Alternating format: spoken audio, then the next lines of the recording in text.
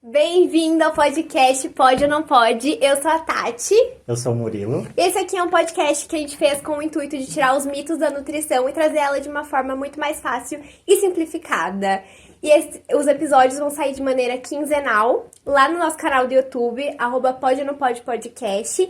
E se você não encontrar no YouTube, você tem que seguir a gente no Instagram, porque lá no Instagram tem o @ na bio, @Pode ou Não Pode Podcast, e lá a gente tá lançando caixinha de perguntas, então vai ser algo bem legal para vocês participarem. Isso, e hoje a gente vai falar sobre nutrição no esporte. E a gente trouxe o Pedro para falar um pouquinho sobre esse tema, né? Pode se apresentar, Pedro. Galera, muito obrigado pela oportunidade, pelo convite de estar participando aqui com vocês. Bom, pessoal, meu nome é Pedro Tonetti, eu sou nutricionista esportivo, né? Então hoje eu atuo na parte clínica focada no esporte. E acho que um pouquinho da minha trajetória aqui, de como que eu cheguei a tomar essa decisão aqui da minha vida foi...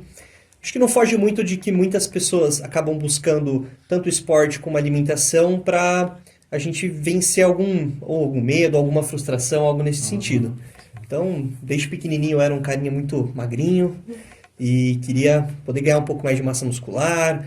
E acho que isso foi um dos motivos que eu fui introduzido na academia. Então foi um vizinho meu que ele começou a mostrar ali a musculação para mim. Acabei pegando gosto, sempre pratiquei esporte a minha vida inteira, desde pequeno. Nunca, avancei em nenhum deles, mas sempre tive nesse meio. Então acho que a partir daí, quando eu conheci a musculação, eu comecei a ter um desenvolvimento de uma forma assim, bem automática. Eu comecei a perceber que, sei lá, se um dia eu almoçava bem, comia bastante comida, ia treinar, meu desempenho no esporte, ali na academia, melhorava. Eu falei, um dia que eu vou treinar de manhã, um dia que eu vou treinar à tarde, eu treino melhor, tenho mais energia, menos.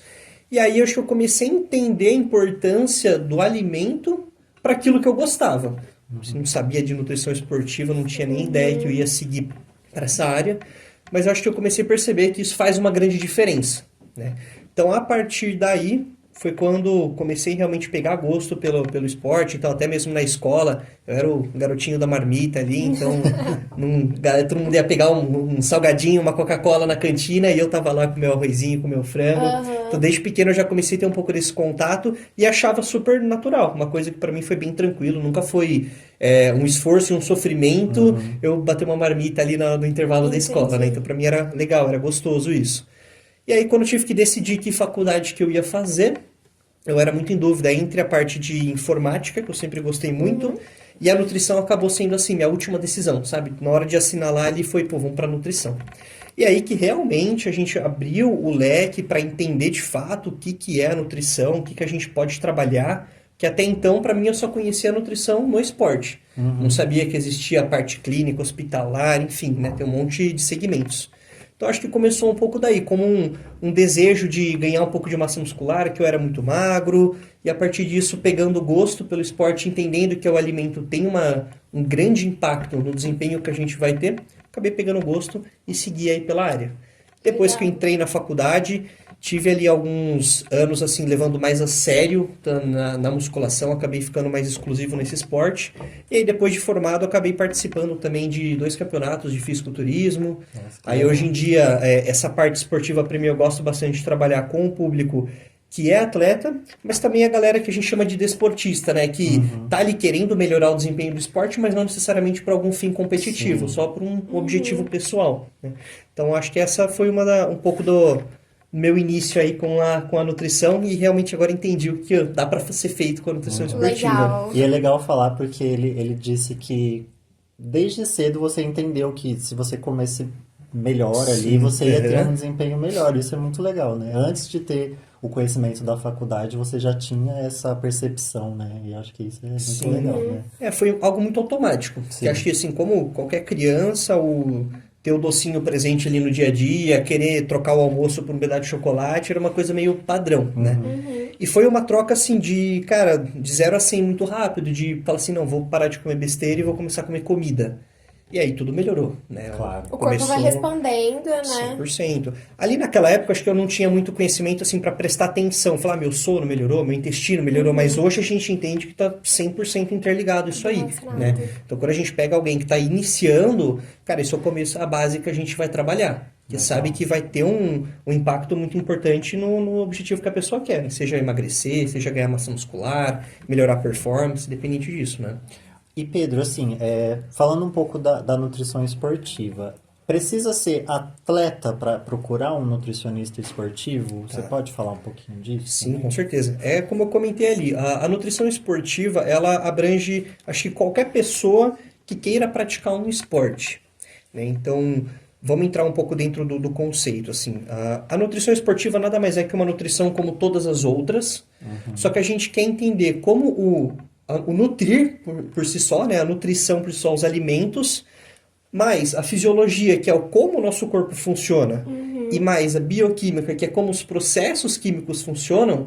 Se eu juntar tudo isso, como que eu posso jogar isso para melhorar o desempenho da pessoa no esporte? Ou seja, para ela ter mais força, mais resistência, mais potência, se recuperar melhor de um treino para o outro. Legal. Então, acho que de todas as nutrições, elas têm um fundamento igual, que é isso, é nutrição, fisiologia e bioquímica. Só que a gente joga isso para dentro do esporte. Sim. Então é um conceito bem simples. Então, assim, se você não é um atleta, você é só uma pessoa que quer reduzir a barriguinha, diminuir um pouco a cintura, quer ganhar um pouco de massa muscular, a nutrição esportiva serve muito bem para você. Sim, que é a maior parte que nos acompanha, né? São pessoas que fazem academia por saúde, por estética e fica na dúvida, posso procurar um esportivo mesmo se eu não vou competir ou se eu não faço esporte de alto rendimento? Sim, então a perfeito. resposta é sim, né? Com certeza. Qualquer esporte que for praticar, a gente vai estar... Legal. E agora você está atendendo em consultório, né? A gente queria saber um pouquinho como que é como as pessoas chegam no seu consultório e quais são as maiores dúvidas que ela tem, então, em relação a pré-treino, a pós-treino, o que comer, que horas comer. Ah, legal. Como que é? Hoje a minha maior procura é o pessoal do emagrecimento. Emagrecimento. Imaginei. Aí eu gosto de separar o emagrecimento assim entre aquelas pessoas que estão buscando pela saúde, ou seja, a pessoa quer sair de uma condição de obesidade, de um sobrepeso, tá com algum problema de saúde específico, né, algum parâmetro de colesterol, insulina, enfim. E tem aquele emagrecimento que eu chamo de emagrecimento estético, que é a pessoa que busca exclusivamente o espelho, resultado no espelho. Tá. Né? Então, ficar com o corpo mais definido, alcançar um percentual de gordura, que isso está muito em alta, né? Eu quero atingir X% de gordura, né?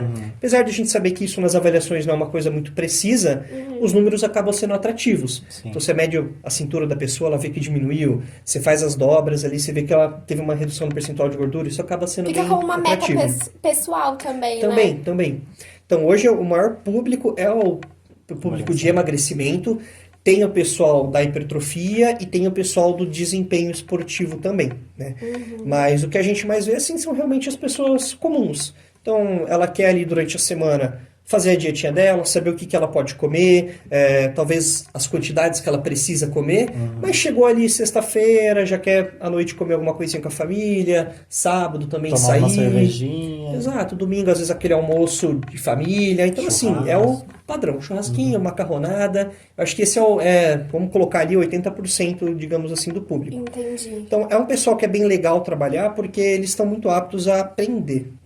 E acho que como a alimentação é uma coisa que a gente leva para a vida inteira, ou seja, até o fim da vida você vai ter que comer. Sim. Então fala assim, por que a gente não aprende a comer direitinho? Né? Legal. Então, quando você começa a mostrar para as pessoas que os alimentos eles têm sim impactos diferentes dentro do nosso corpo, que não é tudo igual, não é só contar a caloria, né? Tem um nutriente, a galera vai se interessando. E aí isso também influencia na casa. Então, se tem uma mãe que começou a fazer a dieta e ela que cozinha, o marido entra na onda, o filho entra na onda. Então, quando você vê a casa toda, já está começando ali a comer mais fruta, comer mais legume, reduzir um pouco das besteiras que tem ali disponível. Então, isso traz um impacto para a família toda, né? E aproveitando esse gancho que você falou da importância das explicações sobre os alimentos, né? A gente tem também algumas dúvidas das pessoas, que o que são macronutrientes, o que são micronutrientes. Você poderia falar um pouquinho pra gente, de uma forma mais simplificada? É exatamente isso que eu estava comentando, né? Todos os alimentos não são iguais. Então, nós temos alguns que têm maior concentração de carboidratos, algum tem maior concentração de proteínas, outros de gorduras, então esses seriam os macronutrientes, né, os 3 principais. E aí dentro de tudo isso nós também temos a vitamina, os minerais, as fibras e uma outra classificação que chama de fitoquímicos. Aí é uma substância bem pequenininha, ela não é uma substância calórica, mas está presente principalmente dentro dos alimentos vegetais e ela tem um impacto extremamente importante na nossa saúde, né? Então a gente precisa levar isso em consideração quando eu vou elaborar uma dieta para a pessoa, é sempre começar definindo o objetivo, porque é a partir daí que a gente vai conseguir definir, dentre as escolhas desses macro e micronutrientes, qual que é a proporção ideal para cada um deles. Então a gente vai ter ali principalmente o carboidrato para a pessoa ter energia, não só para o esporte, mas até para o raciocínio, para o trabalho, para o estudo, para o aprendizado. Então ele vai estar... Então é importante o carboidrato. 100%, 100%. Isso é uma coisa, assim, a gente costuma dizer assim, o carboidrato ele não é um nutriente essencial porque o nosso corpo ele consegue produzir. Mas sem o carboidrato, a gente perde rendimento em tudo. Não só no treinamento, mas você já fica uma pessoa, às vezes, mais letárgica, mais cansada, mal-humorado. Às vezes o intestino não vai funcionar muito bem, porque a grande maioria dos alimentos que cuidam do intestino, que são fontes de fibras, eles são prioritariamente fontes de carboidratos. Sim. Então, para a gente cuidar do intestino, do sono, tudo isso tem que ter esse nutriente presente. Sim. As gorduras, que também é um outro nutriente que a pessoa tem muito Receio, medo. né? A gordura faz tudo mal. Então a gente tem a divisão, né? A gordura, colocar assim, a gordura boa e a gordura ruim, né? Entre aspas. E elas também têm alguns papéis bem importantes no nosso corpo, desde absorção de nutrientes, de vitaminas, produção de hormônios. Então, todos eles são importantes dentro do nosso organismo. Sim. Só que para cada objetivo, a proporção vai ter um desfecho diferente. Sim. Então, às vezes a pessoa que quer melhorar o rendimento do treino, ela está querendo ganhar massa muscular, eu vou jogar o carboidrato dela mais alto. Porque Sim. ela tem demanda para isso, ela gasta energia, o músculo precisa de tudo isso. Às vezes a pessoa que tem, às vezes assim, a gente pega um paciente que ele está em obesidade. A gente sabe que ele é mais resistente à insulina. Então, naturalmente, a gente já vai trabalhar com o carboidrato um pouco mais baixo para ele. Índice glicêmico mais baixo também, Isso. né? Então, assim, ele tem uma reserva. Então, por mais que eu jogue o carboidrato dele um pouco mais para baixo, ele não vai sentir uma falta de energia. Ele ainda vai Entendi. conseguir desempenhar bem as suas funções no dia a dia, seja o trabalho e o treinamento. Então, tudo o que eu falei é muito definido com o objetivo de cada um, né? Achei legal que você falou da proporção, né? Então, dependendo do objetivo da pessoa, a proporção vai ser adequada, o nutricionista vai adequar. Hoje em dia, não sei se você escuta no seu consultório, mas a gente escuta bastante, sobre a supervalorização da proteína. Então, realmente, o pessoal entra na academia, já quer começar a suplementar a proteína, já tem um maior consumo de proteína e acaba deixando de lado o carboidrato, a gordura. Então, assim, não necessariamente a pessoa que começa a fazer academia ou algum esporte vai só ter o foco na proteína, né? Não, muito pelo contrário. A proteína e a gordura também, assim, mas a proteína geralmente é um nutriente que a gente mexe muito pouco. Porque nós temos alguns valores de referências que, se a gente manter isso para a grande maioria da população, vai ser o suficiente. Vai funcionar. Vai funcionar. Agora, onde que a gente vai manipular a proteína? Ela também é um nutriente que tem um fator de saciedade, por exemplo. Sim. Então, quando a pessoa está querendo ali perder peso, perder gordura, como a gente acaba controlando um pouco o carboidrato nessa situação, se eu tenho uma margem calórica e eu subo um pouquinho mais da proteína, aquilo pode ajudar a pessoa a ficar saciada. Mas jogar mais proteína não vai fazer que a pessoa tenha mais síntese proteica e isso vai construir mais massa muscular. Então tem algo que é bem legal que chama um efeito de muscle full, ou seja, músculo cheio. Chegou um certo momento que não adianta você jogar mais, treinar mais, ou jogar mais proteína, que você não vai construir mais massa muscular. Então, até que ponto vale a pena a gente jogar uma dieta hiperproteica para a pessoa, né? Jogar valores assim muito altos. Então, geralmente esse nutriente é relativamente fácil de atingir, principalmente se é uma pessoa que come todos os tipos de alimentos. Um vegetariano que ainda come leite e ovos, por exemplo, fica super fácil atingir a proteína no dia a dia. Então você tem margem para reduzir um pouco essa proteína, se você é aquela pessoa que quer comer muito, e jogar um pouco mais de carboidrato. O seu treino vai melhorar, seu humor vai melhorar, seu intestino pode melhorar, como a gente comentou das fibras, e aí você vai começar a ter mais resultados.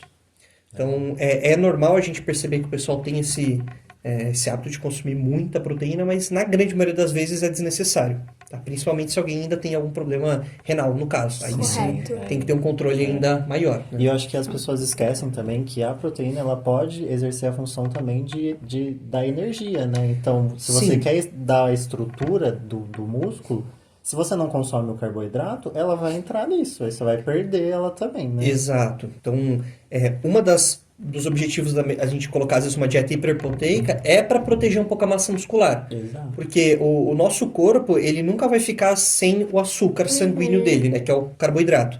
Então, se está muito baixo o carboidrato da dieta, a gente consegue tirar os aminoácidos do músculo, jogar no fígado e formar, digamos assim, carboidrato ali dentro, né? Então, se a pessoa está com uma dieta muito restrita de carboidrato, ter mais proteína na dieta acaba sendo um fator protetor. Mas aí entra de novo aquele assunto. Por que eu não jogo um pouquinho mais de carboidrato? Porque dele vai exercer esse efeito protetor também. Porque se a gente não precisa tirar do músculo usar do carboidrato, aqui vai estar sendo bem protegido. Sim. Só que é aquilo que a gente comentou, proporção. Então, hoje em dia, assim, tá muito em alta a dieta, faz tempo, né? A dieta low carb. Só que o pessoal, ele associa a dieta low carb com, tipo, não come carboidrato, né? Nada. Não é bem assim, né? É muito radical. Só que quando a gente vê na literatura, 40% de carboidrato na dieta já é considerado uma dieta low carb. E comer 40% das calorias do seu dia a dia em carboidrato é bastante coisa. Né? Então, assim, você já consegue um bom resultado ingerindo essa quantia que não é pouca, Sim. mas já se enquadra dentro de uma low carb. O que o pessoal faz é jogar, às vezes, lá para 10%, 5%, que é onde se enquadraria mais ou menos uma dieta cetogênica. Né? Aí sim o desempenho cai bastante. Né? Então a gente tem que tomar esse cuidado com a massa muscular, que é algo tão difícil de construir, e às vezes a gente acaba jogando embora por uma besteira ali de acreditar que às vezes o carboidrato é o vilão, alguma coisa assim que a gente precisa reduzir demais. Ouvir coisas de blogueiros, que a gente entra em todo episódio é ouvir coisas de blogueiros que é complicado. As pessoas têm medo de comer arroz, batata, macarrão. Tem, não, carboidrato é Não é vida. bem assim, né, gente? Tudo em proporção e equilíbrio faz super bem. E até algo que eu queria perguntar pra você, Pedro, no seu consultório, as pessoas, você entrega uma dieta pra ela, um plano alimentar, Legal. e quais são as orientações pra que a pessoa tenha constância nesse plano? A gente sempre bate na tecla da organização, do planejamento, então você também passa isso pros seus pacientes? Sim, 100%. Eu acho que assim, o sucesso de uma dieta é você antecipar o resultado.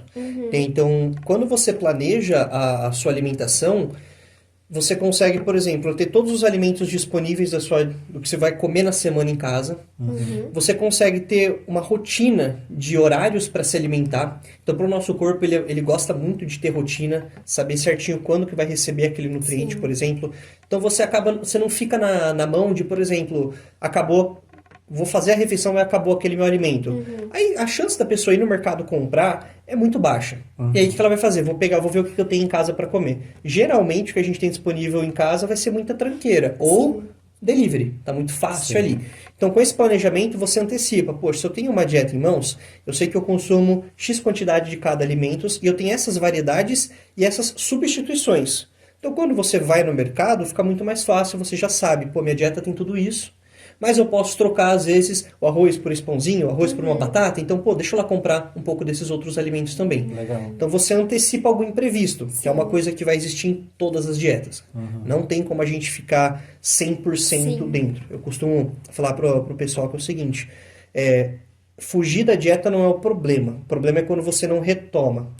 Né? Então, se você traça o seu objetivo, você está sempre visando um resultado final. Então, se você foge uma refeição, pô, errei meu lanche da tarde, mas eu voltei e acertei na janta, isso não tem problema nenhum. Só que quem vai conseguir fazer você acertar isso é o planejamento. Sim. Saber o que você vai comer, o horário que você vai comer e quais são as possibilidades de trocas. Você pode. Se um dia você está na rua, está na casa de alguém, enfim, sei lá, você consegue, né, fazer alguns ajustes ali. Importante isso que você falou de trocar um arroz por um pãozinho, por um macarrão. Isso entra muito dentro do consultório, acho que é a educação alimentar, né? Dar uma educação alimentar para o paciente, ou o paciente ir atrás de uma educação alimentar com o seu nutricionista, ajuda muito no fugir do plano, né? sair do plano pra acabar substituindo carboidrato por carboidrato, proteína por proteína. E acho que é algo que você trabalha bastante, né? Explicar Sim. o porquê dela tá comendo aquilo e não só passar uma dieta pronta e ela seguir o que tá escrito no papel. Não, sem dúvidas, isso faz total diferença. Quando você explica os porquês da dieta, porque assim, às vezes a pessoa não entende o motivo de você ter colocado proteína no café da manhã. Às vezes o cara só quer comer ali um pão com geleia. Sim. Mas assim, cara, na divisão do seu dia, você percebe que, dependendo do trabalho da pessoa, você não consegue comer nesse horário, nesse horário. Então, se eu não colocar esse alimento aqui, esse nutriente aqui, pode faltar ou pode dificultar, porque mais tarde você vai ter que comer um volume muito maior. Então, quando você começa a trazer essa negociação com a pessoa e explicar os porquês, fica muito mais fácil de ela falar assim, pô, beleza, não é uma coisa que está muito no meu hábito, mas eu entendo que vai ser importante para o meu objetivo. Vai ficar muito mais fácil para ela conseguir fazer, né? Então, eu acho que eu gosto muito de conversar sobre a rotina de cada paciente e a dieta se adequar à rotina. Então, é uma negociação, né? Eu faço o paciente rir, ele me faz rir. Então, assim, você quer comer alguma besteirinha, quer ter um negocinho seu? Beleza, a gente coloca, mas eu preciso que você faça isso aqui por mim. É um combinado, né? É um combinado. Então, quando você conhece a rotina do seu paciente, fica muito mais fácil. Você saber quando você pode pedir para ele comer algum alimento, se esse alimento vai ser sólido, líquido, salgado, doce. Então, você vai adequando com o paladar dele também. Qual horário do dia ele tem mais fome, qual hora que ele não tem. Se ele está no trabalho, ele pode comer no trabalho, não pode. Pode armazenar, pode esquentar. Eu acho que tudo isso é muito importante. Porque daí sim a dieta vai ser bem feita para a rotina dele. Legal. Aí, mas explicando os porquês, fica muito fácil da pessoa fazer. Sim. E claro, vai ter as dificuldades, vão ter os imprevistos, aí entra certeza. aquele papo do planejamento que a gente acabou de E, comentar. Pedro, né? falando um pouco dessa dificuldade das pessoas de saberem o que comer, você teria alguma dica para falar pra gente sobre pré-treino, sobre Legal. pós-treino, que é uma coisa que as pessoas a gente vê que tem muita dificuldade de saber o que eu posso comer ali antes de treinar, Legal. depois do treino, se tem essa necessidade de eu chegar da academia e ter que jantar já, como que... Tá. Essa questão das refeições, vamos começar ali pelo pré-treino, né? Eu sempre defino assim, qual que é o horário de treino da pessoa. Então, vamos colocar aqui alguns exemplos, né? Tem aquele clássico da pessoa que quer acordar e treinar. Poxa, mas eu não tolero muito bem, eu preciso treinar em jejum. Aí, depois a gente pode falar um pouquinho, né, sobre o treinamento em jejum, mas se eu vou adequar a dieta da pessoa para isso, eu falo assim, ela se dá bem treinando em jejum, então eu não vou forçar ela a comer ali pão com ovo antes de treinar. Mas a gente pode planejar um jantar que seja mais caprichado, com carboidratos, para que ele tenha o tempo de digerir aquele alimento, esse carboidrato ir para o músculo, virar energia, e aí ele ter um bom desempenho no treino. Legal. Agora, a pessoa vai treinar lá 4 horas da tarde, por exemplo, e ela almoça 1, 2 horas da tarde. Ela tem uma janela de 2, 3 horas até a hora do treino. Então, o que eu penso? Pô, se a pessoa tem um intervalo bem legal até a hora do treino, eu posso fazer uma refeição mais elaborada. Então, se é o almoço dela, ela pode comer o arroz, feijão, a proteína, um legume, comer uma fruta, um chocolatinho de sobremesa, que seja. Ela vai ter tempo para digerir isso e conseguir treinar legal sem ter algum desconforto. Sim. Agora, a pessoa fala assim, Pedro, eu vou treinar 9 horas da manhã e eu tomo meu café às 8. Ela já tem um intervalo de tempo menor. Aqui, eu já gosto de focar mais exclusivamente nos carboidratos, sem jogar muita fibra, muita proteína, muita gordura, que são coisas que vão ter uma digestão mais lenta. Então, essas refeições de pré-treino, ela é muito individual. Tá? Então, a quantidade de comida que você vai comer, ela é muito relacionada a como que a pessoa tolera o volume de comida e como que é o treino dela também. Sim. Então, uma pessoa que luta, às vezes ela vai ter uma digestão diferente de alguém que só faz uma musculação. Então, o cara está recebendo porrada, às vezes está com o estômago cheio, vai ser pior. Então, isso tudo tem que ser muito conversado junto com a rotina da pessoa. Sim. Então, os horários das refeições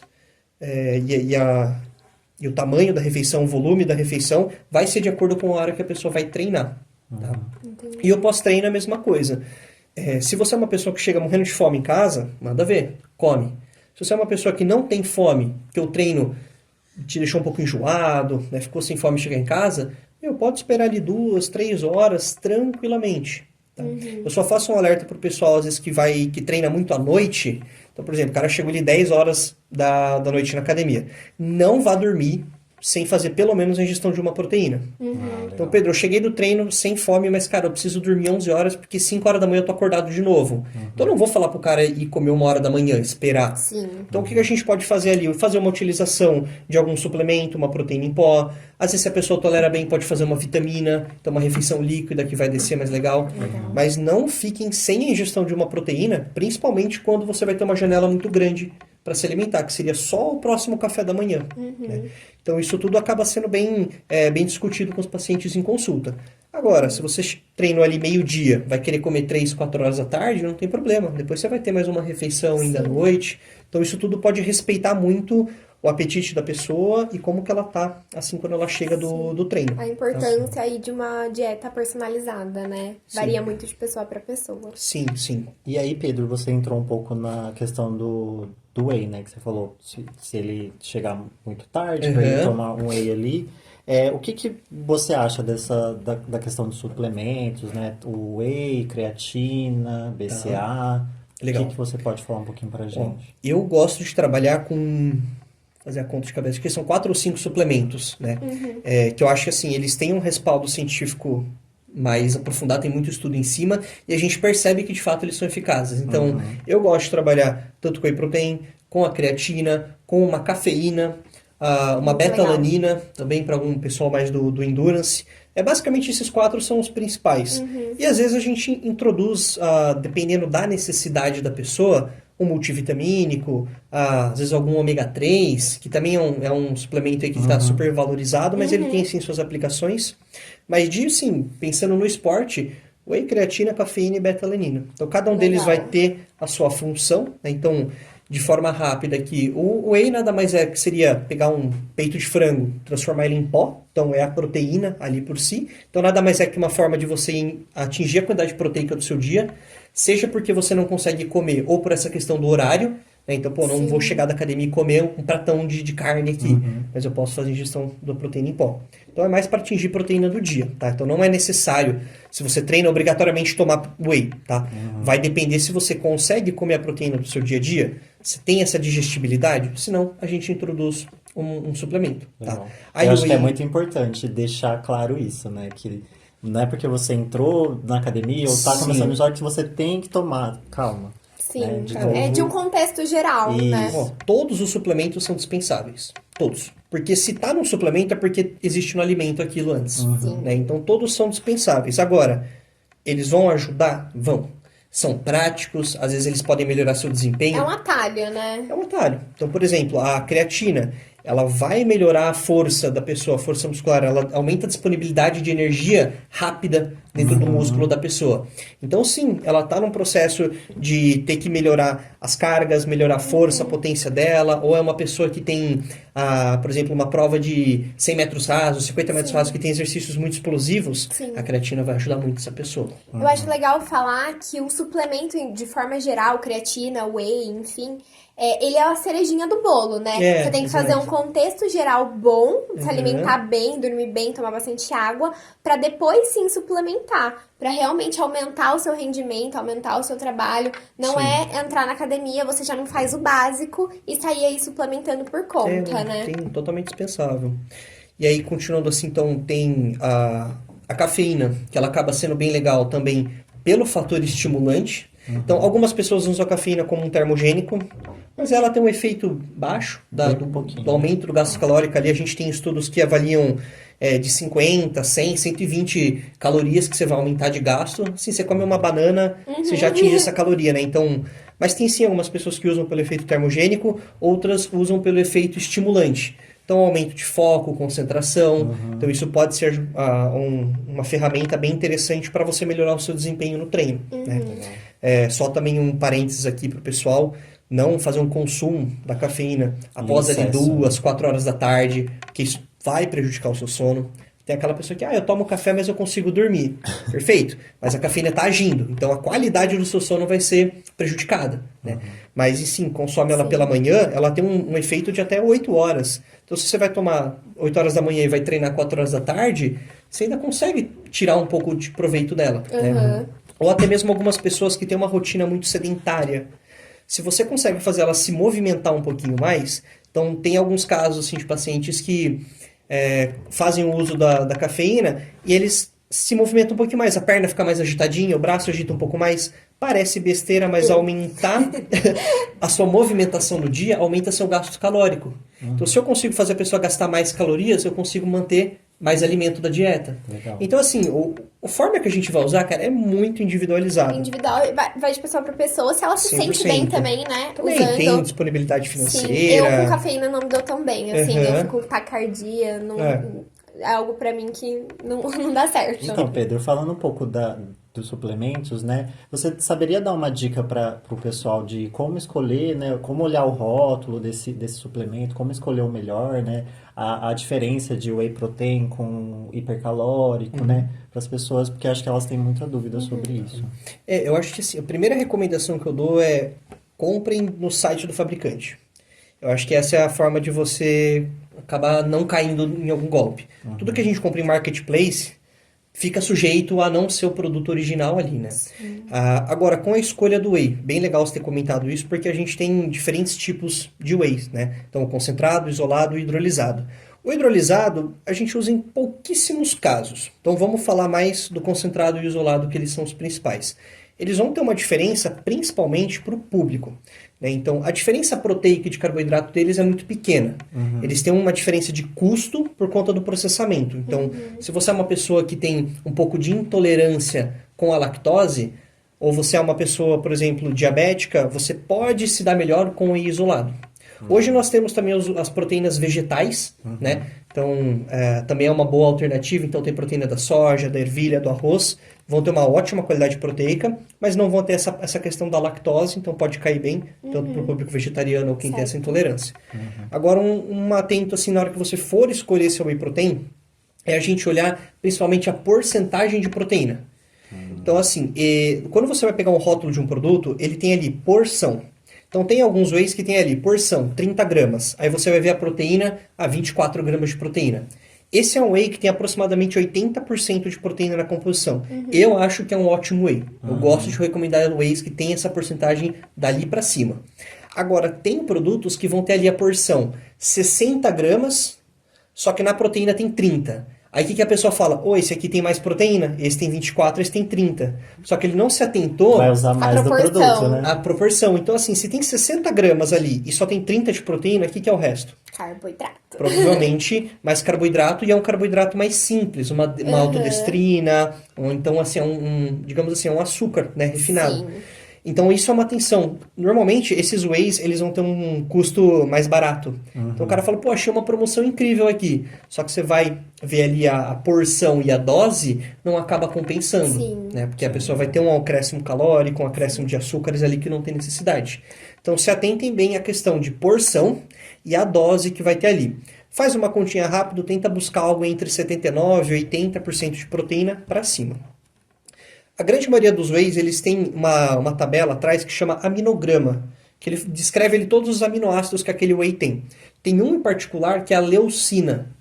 Se você conseguir encontrar um whey que na porção vai ter pelo menos 2.000 miligramas ou 2 gramas, eu também gosto desses wheys desse tipo, porque a gente vê que a leucina é um tipo de aminoácido que tem uma melhor predisposição para estimular a síntese proteica. Ah, legal. Então, assim, é uma sacadinha assim meio... Pode ser um pouco da chatice do Mas é Nutri. importante, né? Mas é importante. É os truquinhos pra ler rótulo, é Porque importante. daí você vai ter o melhor aproveitamento daquele produto. A gente sabe que é uma coisa cara, É um então assim... investimento, você quer o melhor pra você, Exato. né? Sim. Aí também, lógico, tem aqueles wheys que, pô, uma diferença de 2 gramas de proteína não é isso que vai ser o problema. Sim. Então tem gente que não vai se dar bem com whey, que é um produto focado assim, não tanto no gourmet, digamos. E aí o outro cara, ele prefere um que é mais gostosinho, de sabor, não tem problema nenhum. Também isso tudo dá para ser adequado, né? Agora, o hipercalórico, ele cai também muito no... O pessoal acaba sendo bem enganado, porque a rotulagem deles são parecidas. Só que o hipercalórico, ele é um foco muito maior em carboidratos. Vai ter sim a sua proteína, porque ele tem whey na composição geralmente, só que você vai ver as doses ali, a porção é de 120 gramas para atingir os mesmos 30 gramas de proteína. Então assim, o que é aqueles 90 que estão ali? É muito carboidrato. Só que vale a pena usar um hipercalórico para o ganho de massa muscular? Na grande maioria das vezes, não. Eu praticamente não passo para ninguém no consultório. Eu prefiro muito mais fazer um hipercalórico caseiro. Então você pode jogar lá, por exemplo, se você tolera bem, um leite, joga banana, joga aveia, joga um amendoim, enfim, você consegue montar um hipercalórico que vai ser muito mais barato e, na minha opinião, mais gostoso. Sim. Claro. Você acaba tendo uma resposta do físico bem melhor quanto a isso também. Nossa, Legal. muito bom, muito bom. E aí, entrando um pouquinho que você falou do sono, né, anteriormente, qual que é a importância de você descansar, né, de você ter legal. uma noite de sono bem feita, de você se hidratar durante todo o dia, né, de realmente você beber água, né, em quantidade necessária? Qual que é a importância disso no final de tudo, assim? Tá. Cara, é o básico. Tá? Então, eu gosto de separar isso, claro que a gente não conversa com o paciente, mas é no por trás ali, né? 3 pilares: sono, intestino e mitocôndria. Né? Então, pra galera de forma rápida, assim, mitocôndria é como se a gente fosse ali um forninho para queimar gordura. Então, a gente quer ter mais mitocôndria no nosso corpo, né? Aumento de exercício aeróbico, consumo de vegetais, tudo isso pode influenciar na melhora da quantidade de mitocôndrias que a gente tem. Mas o intestino e o sono, eu acho que são 2 pilares essenciais. Se você não tiver o cuidado com nenhum deles, dificilmente você vai evoluir a longo prazo no seu objetivo. Tá? Então, eu acho que o sono, ele não vai estar relacionado só à reparação muscular. Então, tipo, eu preciso descansar para acordar bem no outro dia, disposto, isso tem muito Sim. impacto. Mas ele está muito relacionado principalmente a tomada de decisões que você vai ter com a sua alimentação no dia seguinte. Então, a gente já sabe que a privação de sono é um estresse para o organismo. E quando eu falo privação, não é que você não dormiu a noite inteira, mas assim, você dormiu ali 4, 5 horas por noite, ou você teve aquele sono picado, acorda muito, sonha muito pesado, tudo isso às vezes pode atrapalhar a qualidade do seu sono. Volta para cafeína, o cara toma um café 10 horas da noite e dorme. Só que o efeito do sono dele tá atrapalhado. Prejudicado. A pessoa que vai deita na cama, celularzão, até pegar no sono, vai ajudar a pessoa dormir? Sim, mas a qualidade daquele sono vai ser péssima. Então, o que a gente observa em alguns estudos? Que quando a pessoa tem esse estado de privação do sono, o dia seguinte dela, ela tem decisões piores com a alimentação. Porque há uma alteração na glicemia e na insulina, ou seja, no açúcar sanguíneo da pessoa. Geralmente ela amanhece o dia com açúcar mais alto. E aí a tendência é que você opte por alimentos mais palatáveis. Ou seja, coisas que são mais gostosas de comer. Sim. E geralmente a gente vai optar por coisas mais gordurosas, salgadas, açucaradas, que é mais gostoso para o nosso paladar. E o corpo ele faz você ter essas escolhas numa tentativa de você recuperar aquela energia que você não conseguiu pela noite de sono que não foi muito bem feita, né? Então, o sono eu acho que ele começa a partir daí. Ele vai influenciar na decisão das escolhas alimentares que você vai ter ao longo do dia, fora que o desempenho do seu trabalho, o desempenho do seu treino, a recuperação muscular também está tudo dentro desse bolo, né? E o intestino também eu acho que é outro pilar essencial, porque é a primeira, digamos assim, é o primeiro contato que a gente tem com tudo que entra via oral. Então, alimento. Comeu alimento, o intestino que é tipo um porteiro. Ele vai permitir, você entra, você fica, a bactéria fica, o nutriente entra. A gente conseguir extrair o nutriente daquele alimento também, então não adianta só você comer. O seu corpo tem que saber extrair. Então a gente tem no nosso intestino algo que é muito legal, assim. Então imagina a parede do nosso intestino sendo ela toda juntinha, assim. Quando a gente tem uma alimentação que não é muito bem equilibrada, muito industrializado, enfim, a gente tem aqui entre as paredes intestinais algo que a gente chama de tight junctions, ou seja, ligações apertadas ali, né? E geralmente a gente começa a ter um pouco de espaçamento aqui, abertura.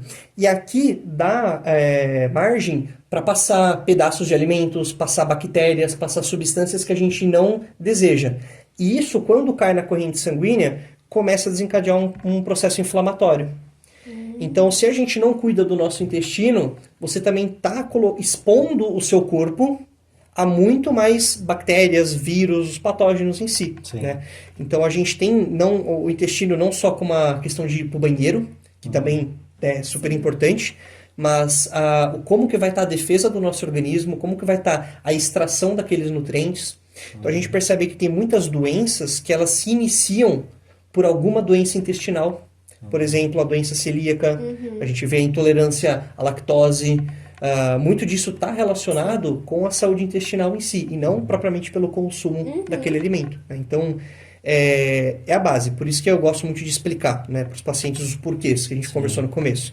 Se você não cuidar do intestino, do sono e dessa carinha aqui que é a mitocôndria, que vai ajudar muito no seu processo de hipertrofia e de emagrecimento, dificilmente você vai ter um resultado a longo prazo que seja favorável.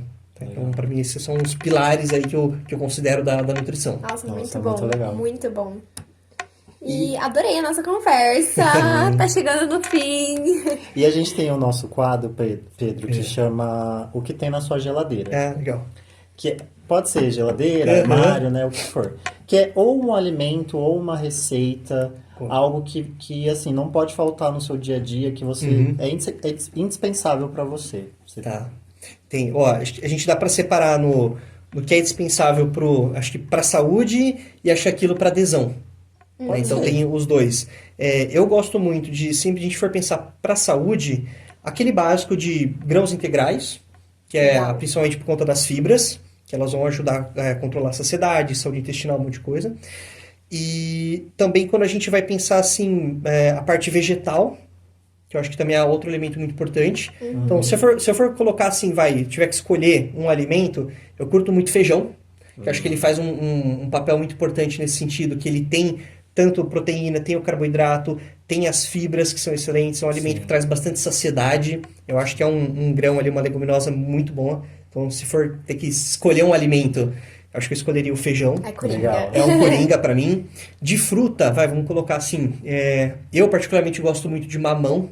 Então, eu até tenho no meu consultório um mamão gigante desenhado assim. Depois eu mando para vocês verem. Minha namorada que desenhou, então ficou muito bacana. Eu gosto muito do mamão porque também é um alimento extremamente rico em nutrientes para melhora da saúde intestinal. Então, acho que é, para mim, uma das frutas coringas que eu utilizo bastante. Se a gente for pensar daí na classe, talvez, dos vegetais, né, a partir de legumes, etc., eu gosto do grupo das brássicas. Então, brócolis, couve-flor, que eu acho que eles têm uma particularidade nesses alimentos pro cuidado da nossa saúde intestinal também, que é, tipo, só deles. Então, curto bastante. Então, a composição aí vai indo assim, um mamãozinho, um feijão, um brócolis. Aí, como você vai utilizar nos seus preparos, né, vai depender. Agora, para adesão, eu gosto muito de trabalhar com algumas receitas que são, tipo assim, receitas de 2, 3, 4 ingredientes no máximo. Que a pessoa vai demorar 2 a 5 minutos para o preparo. Então, às vezes, um bolinho de caneca, uma panqueca, a própria vitamina, às vezes fazer alguns creminhos com whey para consumir com fruta. Eu acho que isso acaba sendo bem legal porque é fácil da pessoa fazer, não requer muita experiência na cozinha. E é uma coisa que a gente consegue levar com a gente também. Sim. E eu percebo que na prática clínica, a galera gosta muito quando você passa uma receita que é fácil de fazer e fica gostosa. Sim. Então, não é preparar aquele almoço de família que você fica 2 horas na cozinha. É uma coisa que você vai sujar um garfo, uma caneca e, sabe, no máximo uma frigideira ali. Então, é muito rápido para fazer, arrumar, limpar e fica super gostoso. E a gente consegue adequar bem nessas receitas. Ter a proteína, ter o carboidrato, ter a gordura e ter a fibra. Legal. Então, acho que isso acaba sendo bem interessante para a adesão dos pacientes. Tirar um pouco da ideia também de quem faz dieta come sempre a mesma coisa, né? E porque realmente enjoa, as pessoas enjoam. Sim. Então é usar ali o preparo legal ao seu favor, né? E o nosso episódio está acabando, mas... Só que a gente tem uma surpresa nesse episódio. O Pedro vai explicar pra gente. Eu, conversando com o pessoal aqui, eu decidi fazer um sorteio, entregar algo legal para vocês, que é o que eu chamo de sessão estratégica. Nada mais é do que uma conversa que nós vamos ter, 100% gratuita, de 30 minutos, onde você vai me trazer o seu objetivo ou as suas dificuldades que você tem ali com a alimentação, e nós vamos traçar um plano de ação para ela. Ou seja, poxa, Pedro, eu quero chegar aqui. Então, para você chegar aqui, nós vamos precisar passar por essas etapas. Então, acho que isso dá um norte para você de se o seu objetivo é um objetivo realista, se você realmente está na disposição de chegar para ele, e como que você pode sair da nossa conversa e já começar a aplicar aquilo, sem mesmo estar passando por uma consulta. E aí, muitas das vezes, isso acaba... Aquele entendimento que a pessoa tem de que, poxa, para eu chegar nesse meu objetivo, ter um profissional me acompanhando, eu acho que vai ser muito mais fácil, mais rápido e menos estressante. Então a gente vai fazer um sorteio de uma sessão estratégica para vocês e também eu tô pensando aqui qual e-book que ainda vou liberar, mas também vai ter o sorteio Legal. de mais um e-book aqui para vocês também. Muito bom, Pedro, muito obrigada. Imagina. É literalmente aí pra dar um norte aí pra pessoa que quer aí entrar nessa área de esporte, tá fazendo uma musculação, quer emagrecer, então ele vai dar esse norte. O e-book achei incrível, já quero. E a gente vai postar o sorteio no dia seguinte que o episódio do Pedro for ao ar. Isso aí, Então, na quarta-feira, olhem lá o post, vai estar explicando certinho como participar desse sorteio, viu? Eu amei. E para encerrar, eu queria agradecer o Pedro, a presença do Pedro, pelo convite também, de ter aceitado o nosso Com convite. certeza. Eu quero agradecer também o Charles aqui, a nossa câmera e nossa edição.